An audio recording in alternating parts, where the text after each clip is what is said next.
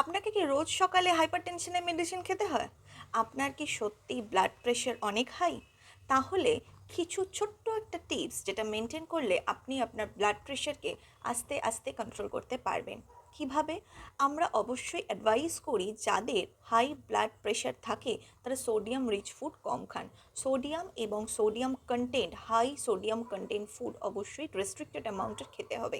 এবং সোডিয়াম এবং পটাশিয়ামের একটা রেশিও আমাদের শরীরে থাকে, যে রেশিওটা যদি মেনটেন করতে পারি আমরা, তাহলে আমরা অনেকটাই আমাদের হাই ব্লাড প্রেশারকে কন্ট্রোল করতে পারবো। কিন্তু আমাদের নর্মাল যে লাইফস্টাইল আমরা মেনটেন করি, এখন যে খুব বেশি পরিমাণে সোডিয়াম রিচ ফুড আমাদের খাওয়া হয়ে যাচ্ছে, সেটা কি করে বুঝবো কোনটা সোডিয়াম রিচ ফুড, কোনটা পটাশিয়াম রিচ ফুড? সেটা জানার জন্য প্লিজ ক্যাপশন ফলো করুন। এবং অ্যাকর্ডিং টু নিম যদি সোডিয়াম এবং পটাশিয়াম ব্যালেন্স আমরা ঠিক রাখতে পারি, তাহলে আমাদের হাইপার টেনশন রেগুলেশন করা পসিবল হবে।